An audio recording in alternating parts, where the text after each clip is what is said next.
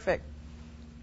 Welcome back. Researchers have found gene mutations can evaluate a woman's risk factor for breast or ovarian cancer. And here to tell us more about testing options, we're pleased to welcome Janet Smith, a woman who was tested for the gene, and also Dr. Heather Pierce, a genetic counselor at the UK Markey Cancer Center. Thank you both for being with us today. Thanks for having us.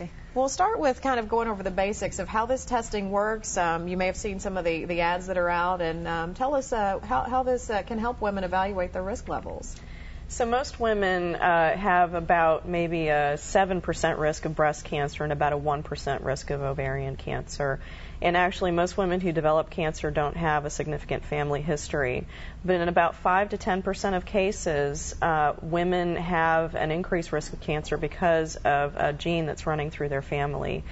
In these cases, women who have a mutation in one of two genes called BRCA1 or BRCA2, the risk of breast cancer can be as high as 85%, and the risk of ovarian cancer can be as high as 60%. So it's very important to identify women who might have these genes through a blood test to see if they have one of these mutations so that we can take special precautions to either detect the cancers early or prevent them from happening in the first place. And you see there a list of some of the risk factors that may make you a good candidate for this. And Janet, you were telling me during the break that you consider yourself a previver because this was actually caught before you were diagnosed with cancer. That is correct. I had a family member that had ovarian cancer several years ago, and with her experience, it was recommended that we start thinking about this genetic testing as one way to see if there was ovarian cancer in our families. So I had my first thought actually when I learned about the cancer or about the test was a concern about my health insurance, and if I had this test, would this make me uninsurable, or what would this lead to? But then I learned that there was legislation that helped protect that.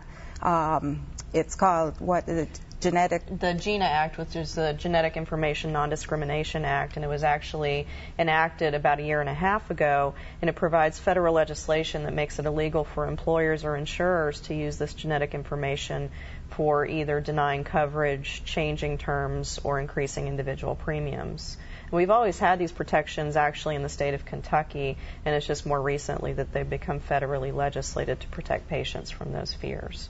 So in your case, this enabled you to have some preventative surgery? So once I learned that I was BRCA positive, I actually went in and had my ovaries removed as a preventative measure for ovarian cancer. And no cancer diagnosis? No cancer. Everything came back negative, yes. That is wonderful. And I am working with the cancer doctors at the UK Markey and doing surveillance on against breast cancer.